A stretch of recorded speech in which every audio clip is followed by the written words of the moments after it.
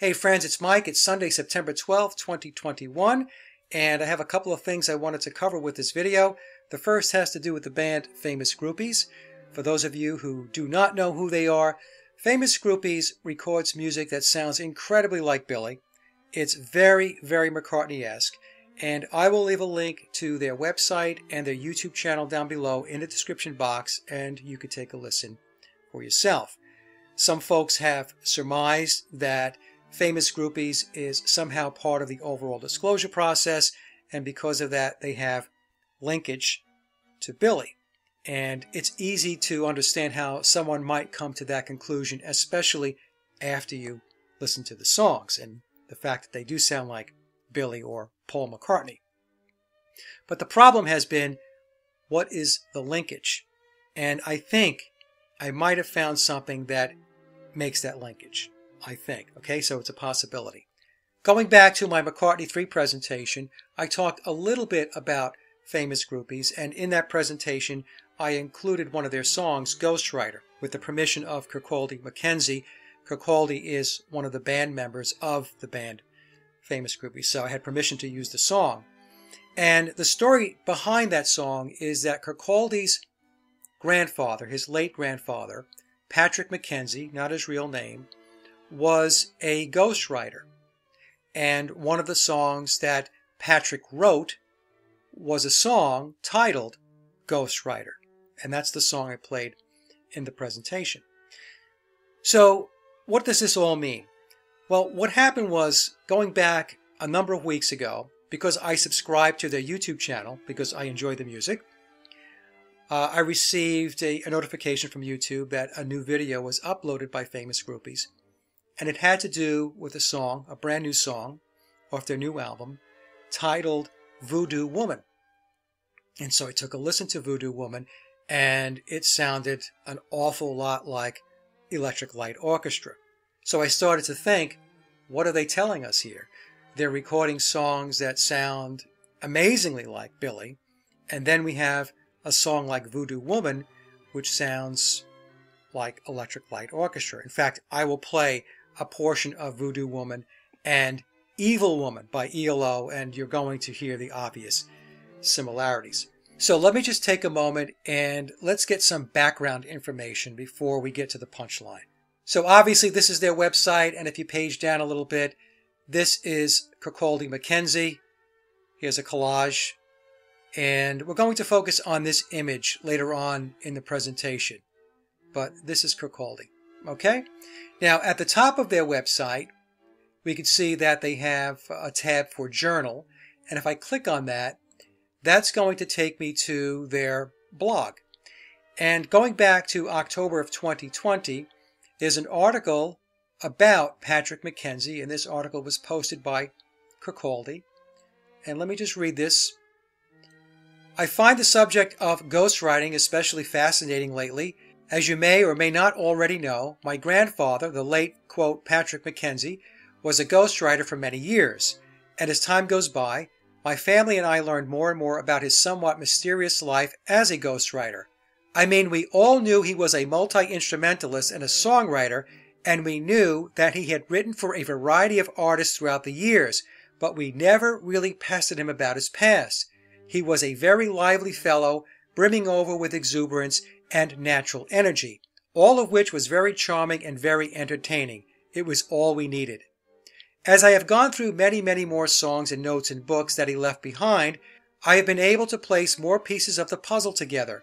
And as we are in the final mixing mode of the new album, most of which was written by Patrick, there is one song on the album that piqued my interest even more. Patrick had actually penned a song titled Ghostwriter. Well, we had just mixed the song, so we had to hear the song played over and over again, which got us all chatting about the content of the lyrics. And so, Quay has the lyrics here on the post. So let me just page down a bit. And then Quay points out this particular lyric in the song. He writes the songs that make the whole world sing. If you need a good anthem, give him a ring.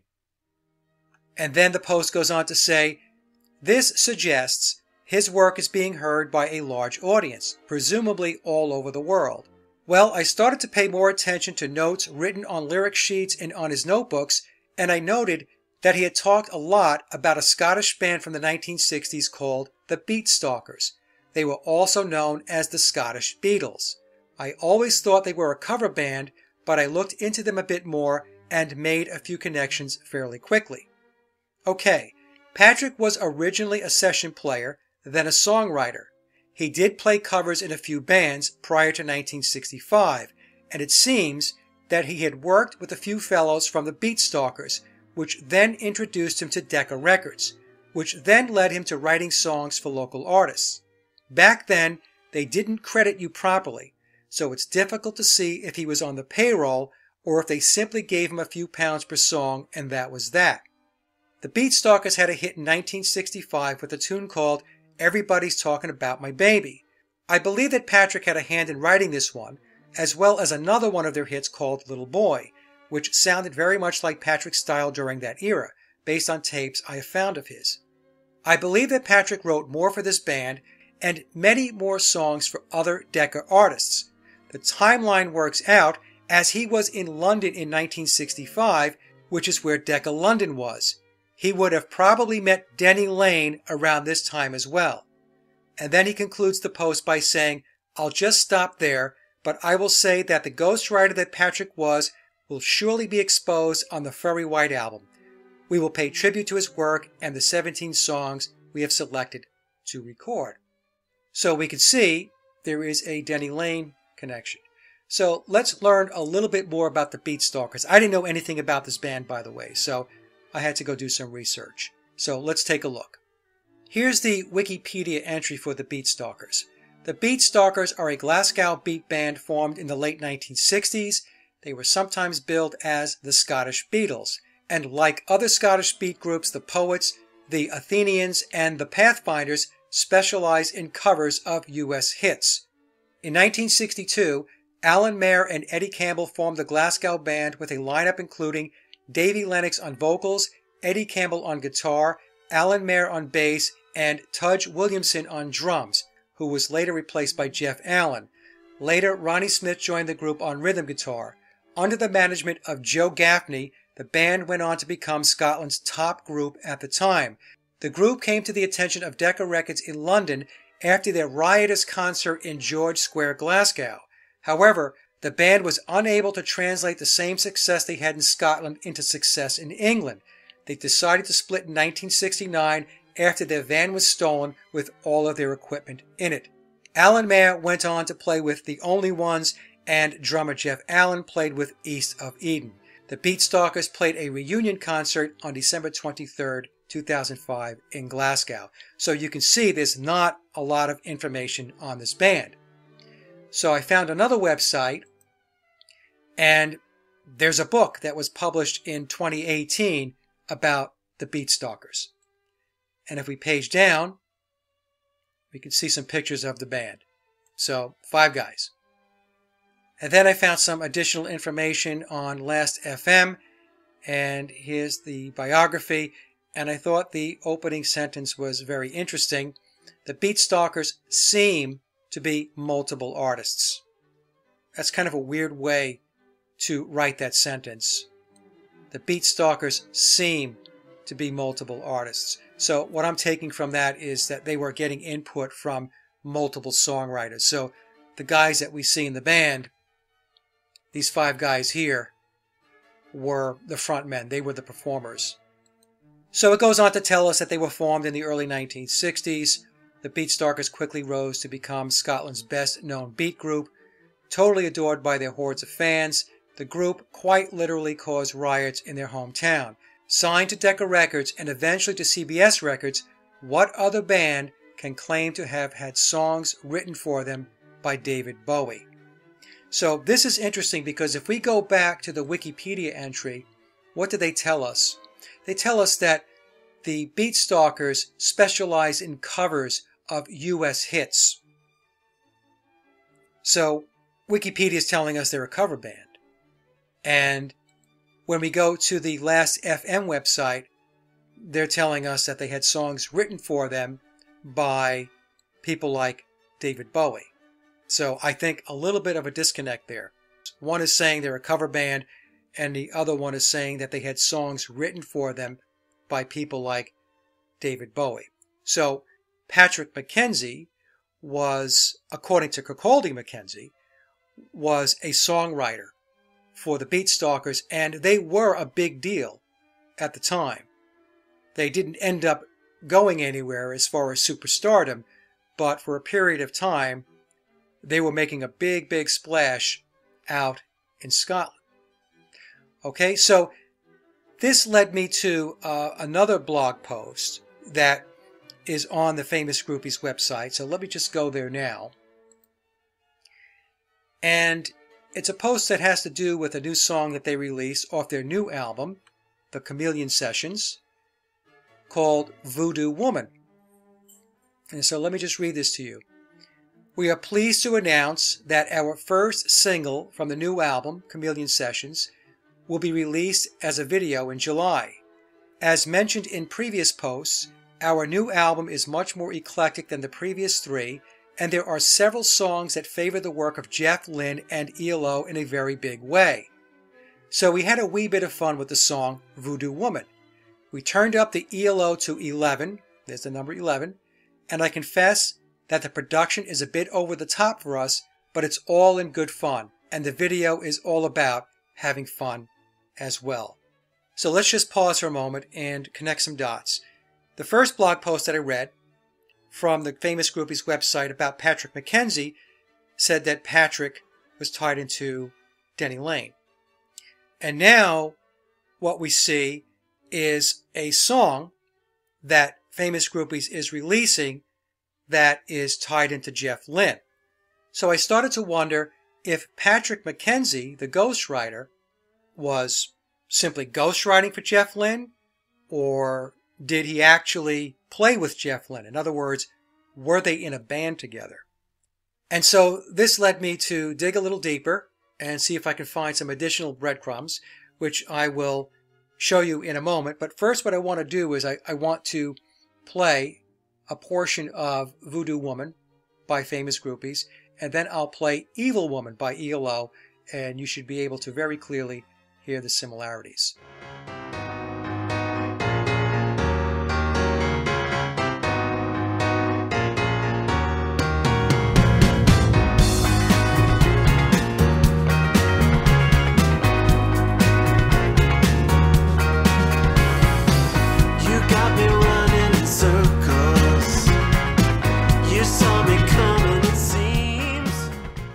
Okay, so that's the beginning of Voodoo Woman by Famous Groupies, and if you know ELO and Jeff Lynne, you're probably thinking, okay, that sounds like Evil Woman. Now, for anyone out there who is not familiar with Jeff Lynne and ELO, Electric Light Orchestra, and their song Evil Woman, it's kind of hard to believe that there's anybody out there that doesn't know that song, but you never know. Let me play the beginning of that song and you can see the similarities.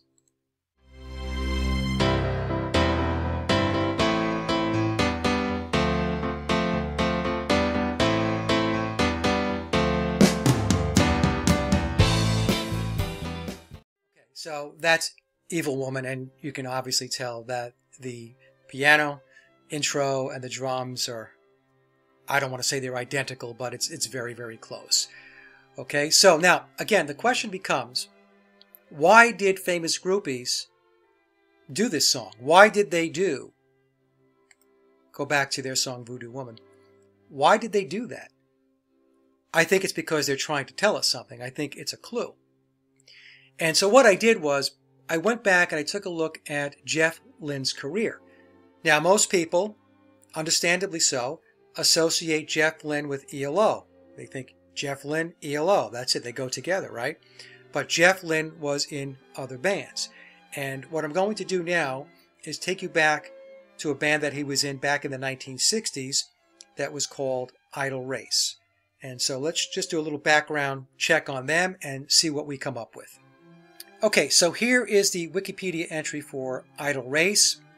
The Idle Race were a British rock group from Birmingham in the late 1960s and early 1970s who had a cult following but never enjoyed mass commercial success.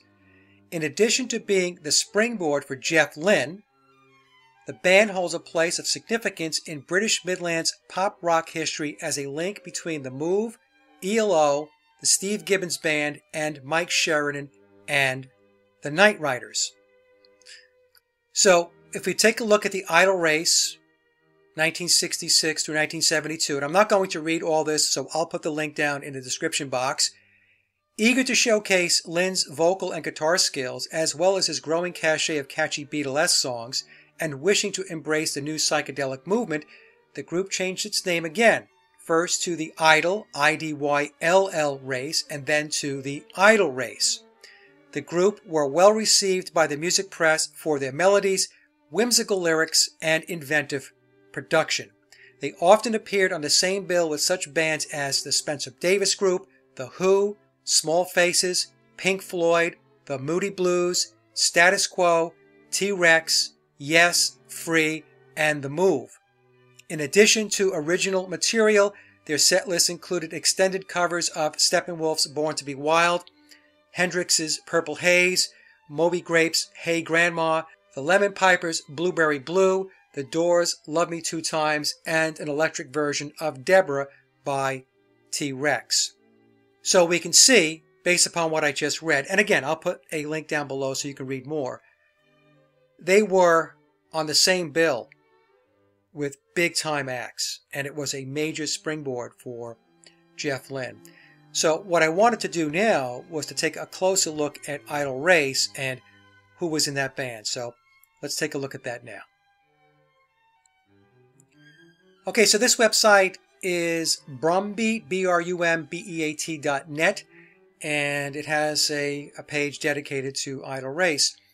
So, out of Birmingham, and this was updated May of 2020, and we can see Jeff Lynne, guitar, piano, vocal. He left in 1970. Greg Masters played bass and did vocals. Dave Pritchard, guitar and vocals. Roger Spencer, drums and vocals. Mike Hopkins, guitar and vocals. He joined in 1970, the same year that Jeff Lynne left.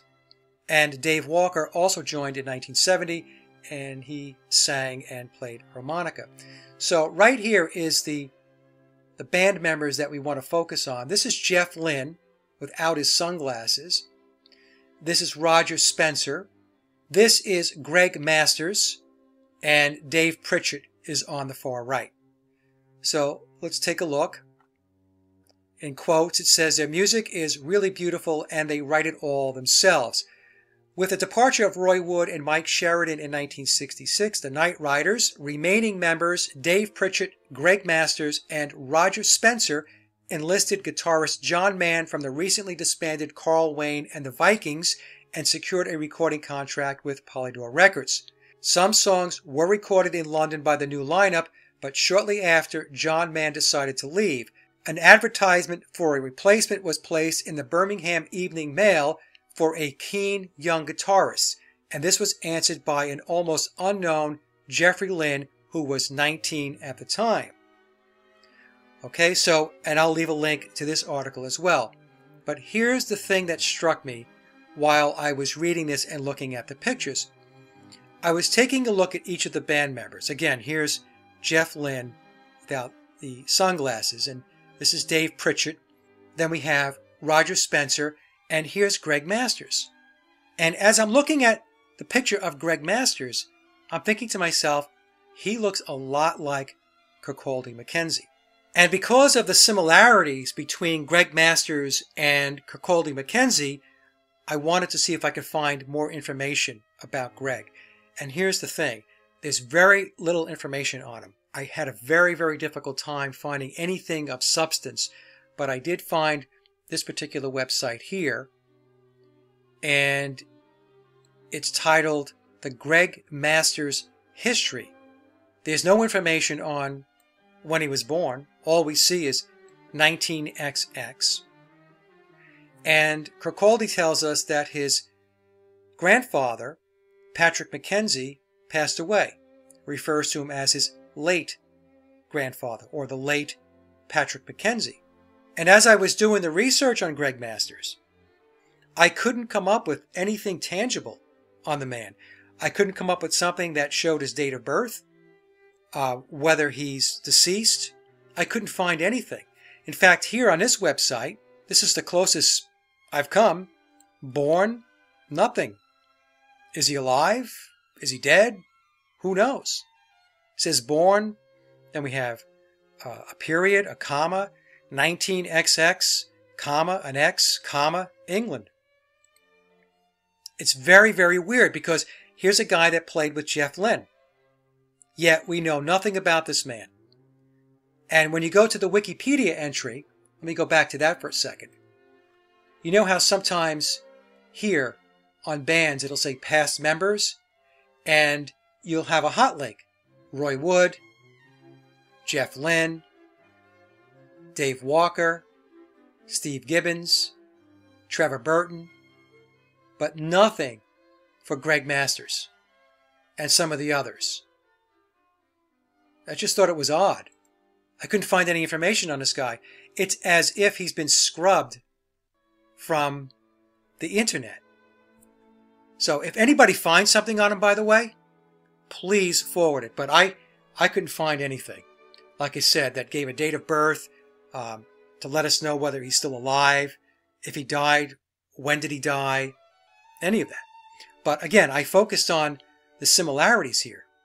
So let me just switch to a chart that I did that compares Kirkcaldy Mackenzie to some images of Greg Masters, and you can see for yourself. You be the judge. You can decide whether you think that there is a resemblance. So hold on one second.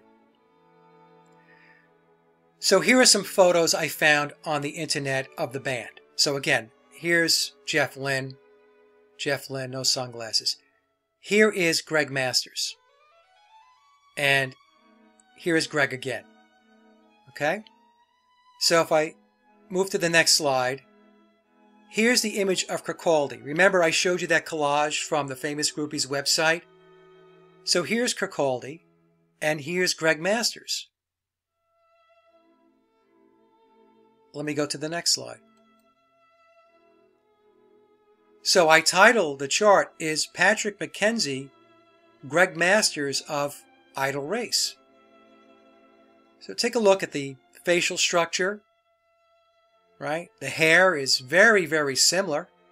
The nose.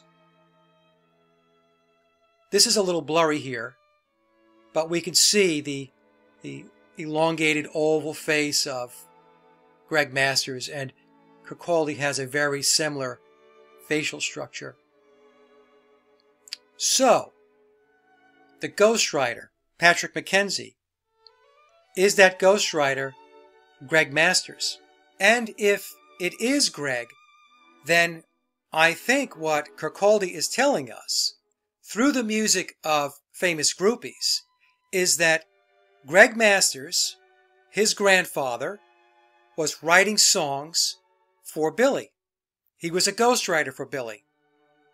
Now, that's not to say that Billy didn't write a lot of his own songs, but it's always a very good thing, especially when you're a major star, to have a pipeline of songs coming in.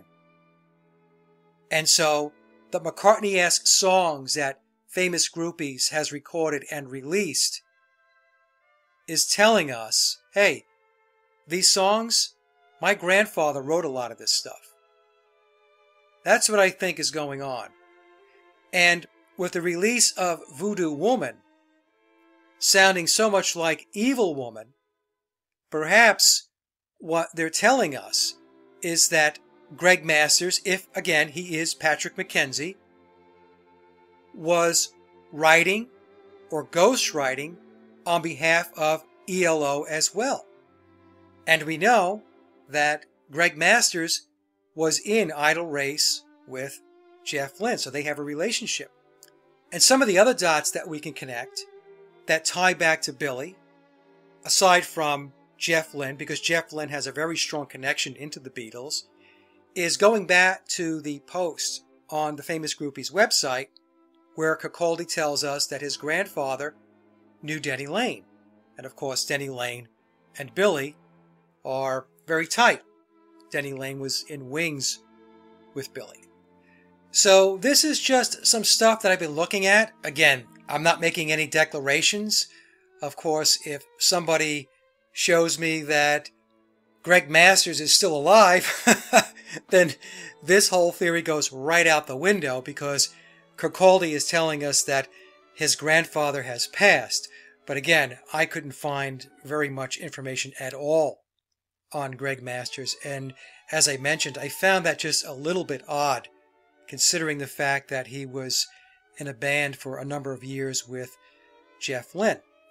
Now, before I wrap up with Patrick McKenzie, I just want to say there's one more interesting little tidbit here. A little bird whispered in my ear a while back and said that Patrick McKenzie, or Greg Masters, if Greg is indeed Patrick, played a version of Vivian Stanshall.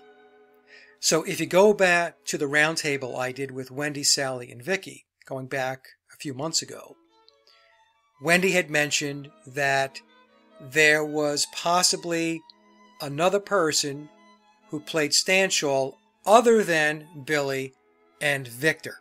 And Victor is who I refer to as Street Viv. So I don't know if this is true, and I haven't had a lot of time to take a look into it. But if I look at Patrick or Greg,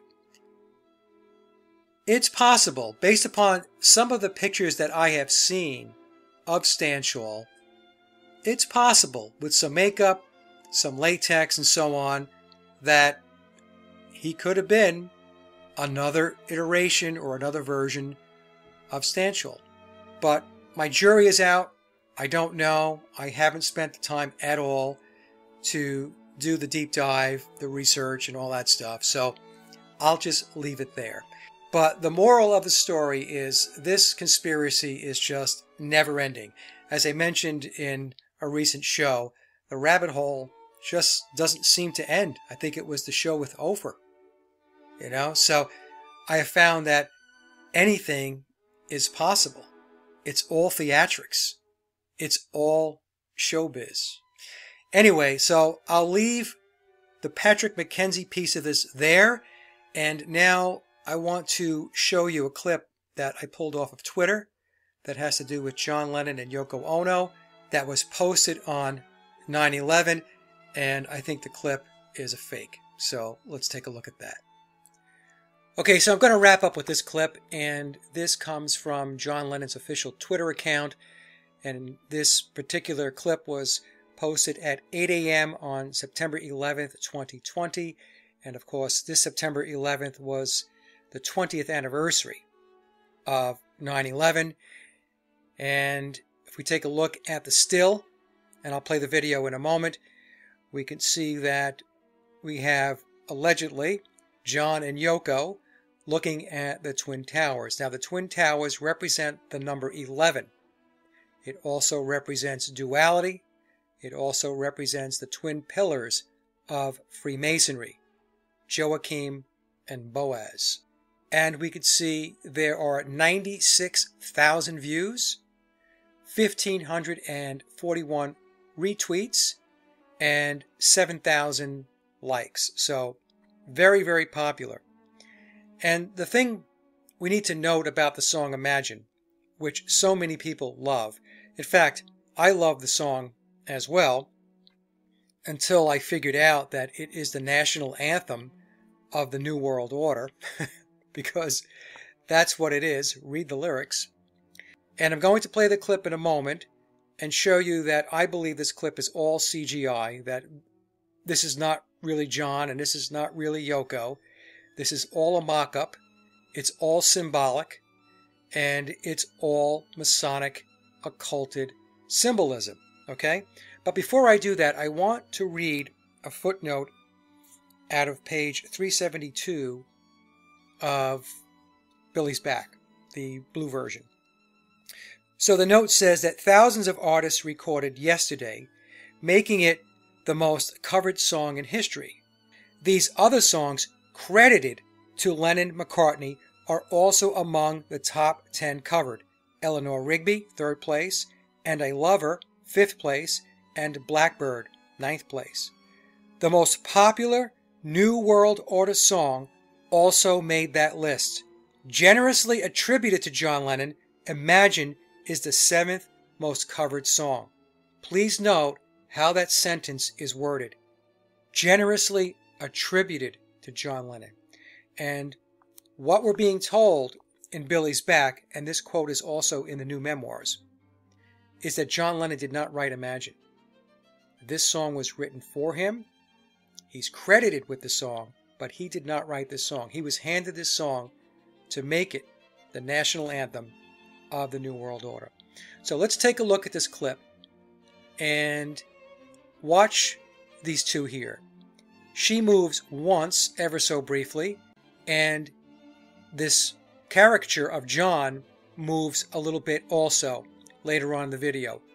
Other than that, they stand there like two mannequins. Let's take a look. So we're going to see the Yoko character move a little bit right there. And that's all she does throughout the entire clip. And the Lennon character does the same thing later on in the video. But the first thing I want you to notice is take a look at the color contrast here. The water, the sky, the skyline is pretty much grayed out. And take a look at how clear and how crisp the coloring is on the Lennon and Ono characters. So we're to believe that these two are standing there with somebody behind them with a video camera taking this shot. It didn't happen. This is fake. We can see he moved a little bit there.